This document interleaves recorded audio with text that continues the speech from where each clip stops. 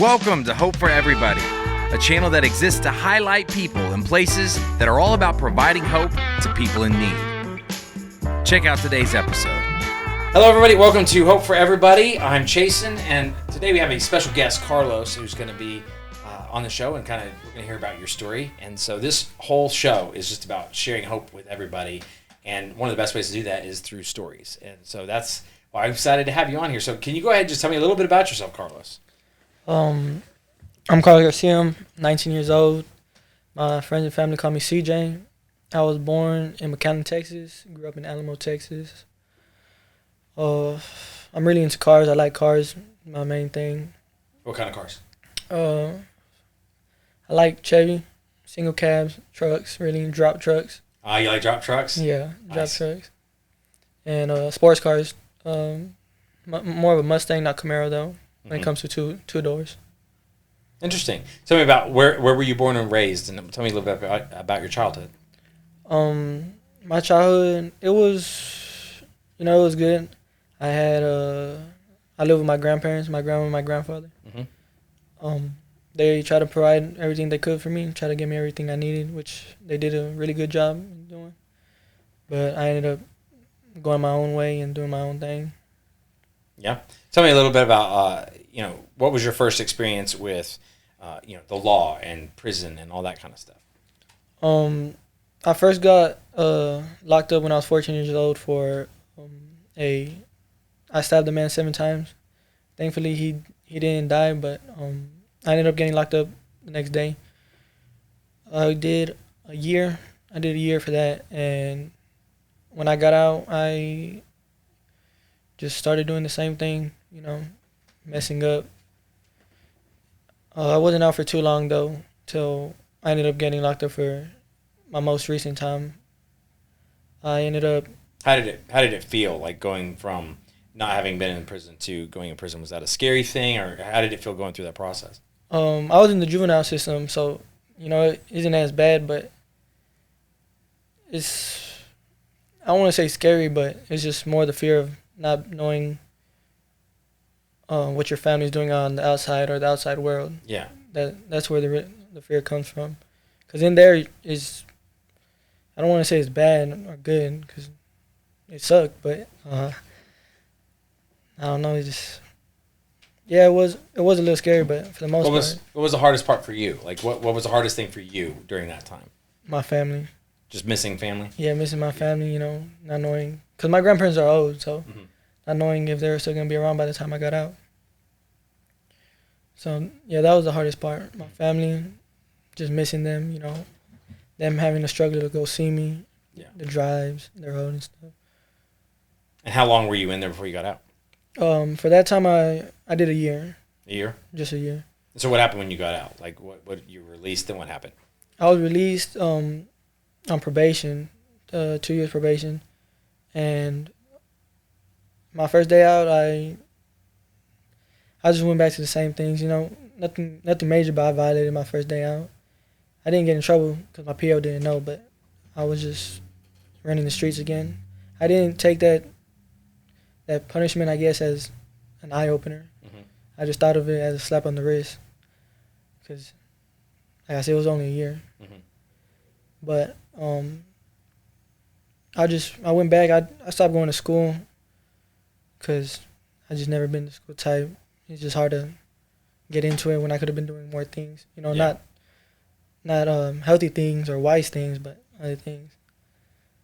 But I slowly started getting into more aggressive actions, with my friends, or just doing dumb things I really shouldn't have been doing. So I was out for 3 months when I ended up taking someone's life. I was 15 days into my 16th birthday. I ended up going to someone's house and breaking in and killing the guy. But I ended up getting locked up 5 days after that.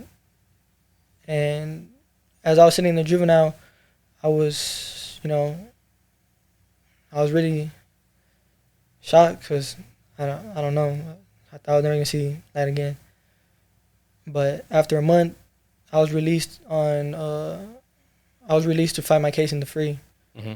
So I got released that time, and I tried to do things right. I got a job. I was doing everything I was supposed to do, but once again, slowly I started to fall back in to my ways. But I really started to fall back in because I was working and I got a call from my friend. I couldn't answer because I was at work. Mm-hmm. So I told him I was going to call him back. So I woke up the next morning and I found out that he passed away. He overdosed. So at that time I was thinking, I thought like, damn, maybe the night before he needed to talk to me about something. Maybe he was going through something and he just needed me to talk, and I felt like I could have stopped him. So that just weighed heavy on me. Yeah. So at that time I just, I lost focus. I started using drugs again, going out to the streets, taking out my anger, and I lost control. So I was out on court conditions so I could fight my case, and I ended up catching another aggravated assault. I was involved in another shooting, and I ended up getting locked up that day. So I was in a different county. So I was there for about 2 weeks, and they transferred me back to my original county, where I was just waiting for court for my murder charge, and I was in there for about 6 months till I signed. I signed a 40-year sentence. Mm-hmm. But thankfully, they have a juvenile system, so I didn't go to prison. I went to a Texas state facility for juveniles. Yeah.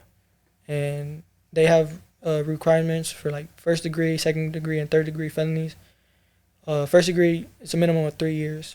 If you do a minimum of 3 years, then you get a chance to come out if you do everything right and you're supposed to. If not, they just transfer you to prison. But I didn't meet my minimum of 3 years. I did 2 years and 9 months, 2 years and 8 months or 9 months. Mm-hmm. So I had to go back to court. If you're liking this content, don't miss out on future episodes. Like, subscribe, and hit the bell for notifications. Now back to the show. When I went back to court to see my judge, everyone gives their recommendation. The DA, my lawyer, the state school. I only had my lawyer on my side. Everyone else was against me. So this... How did that feel, being in court where you have basically your lawyer is the only person on your side? I was scared. I thought, because the lawyer's supposed to be on your side. Yeah. So it would have been good to have someone else. I didn't think I was coming home, but at this time, I already found out about HOPE Prison Ministry through my case manager. Uh-huh. She told me, because I needed a place to go. I didn't have a place to go because they basically banned me in 4 different counties. My county, which is Hidalgo County, and the surrounding counties. That I'm not able to go back down there. So I didn't know where else to go. I didn't have family nowhere else besides there. So I thought I wasn't going to be able to go home. And then my case manager told me about this place. And I ended up speaking. I did an interview with Mr. Chandler. And I was speaking to him, I don't know, just the way he spoke. He touched me just the way he spoke. Like, I just felt something. I felt good. Like that day, I don't know, that day was a good day for me. I got good news from my lawyer. I got good news from him. I don't know, I just felt good that day. So after I did my interview, I ended up going to court. And while I was in court, my judge said, if I do get released, where will I plan on going? I told her about this ministry, this program, and everything, and this was the only reason she let me come home, because it was just something different, something away.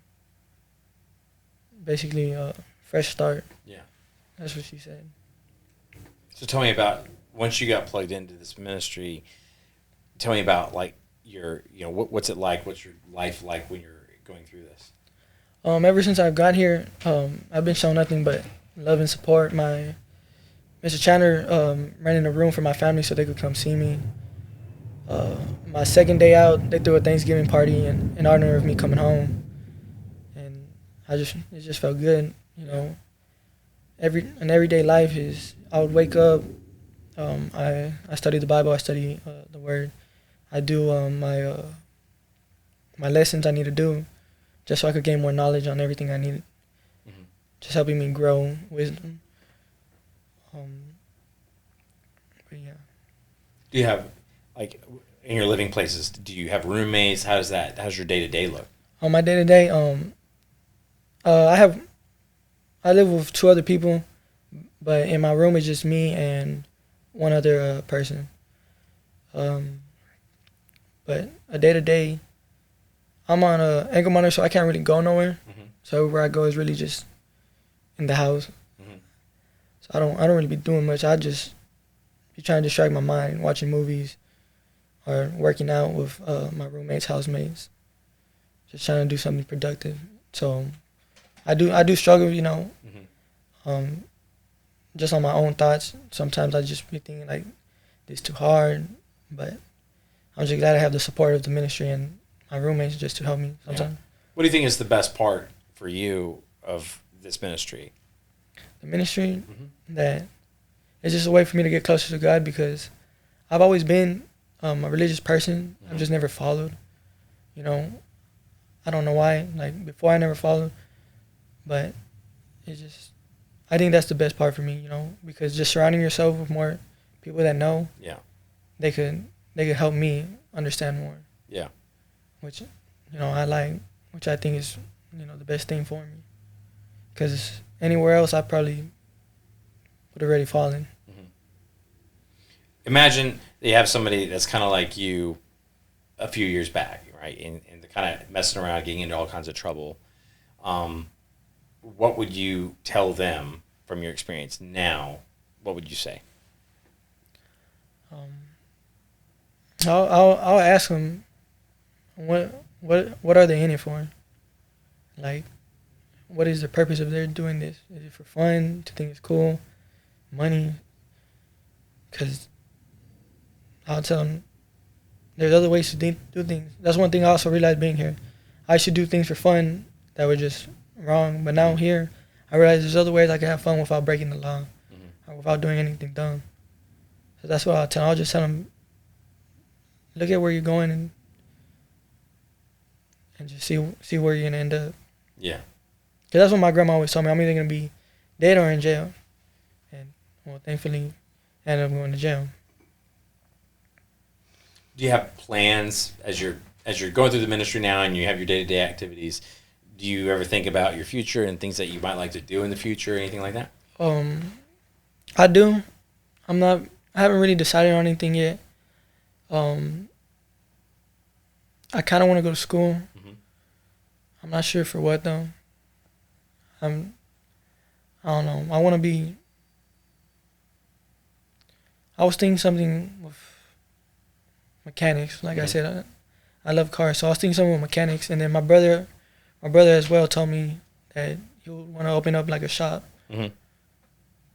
But those are my long-term goals. Yeah. But short-term right now, I'm just working on trying to go day by day. Yeah. Trying to get to the next day without messing up. Yeah. Well, that's great. I really appreciate hearing your story. And I think if you ever do start a shop, well, DFW's got millions of cars, so you would be very much in business, man. Yes, so that would be great.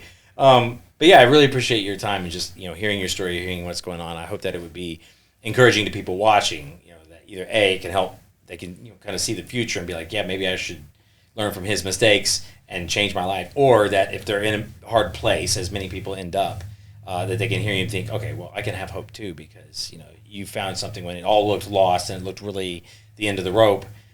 You met Chandler and this thing opened up, and so you were able to kind of find hope and kind of rebuild your life. And I think that is a great message for anybody to hear. So all I have to say, thank you very much, Carlos, for coming. It's great to meet you. Thank you. And that's the end of today's episode. Please look for more episodes of Hope for Everybody coming up very soon. Subscribe to the channel. Thanks. We've reached the end of today's episode of Hope for Everybody. If you'd like to be a part of the show and tell us your story, please visit us online at hopeforeverybody.org.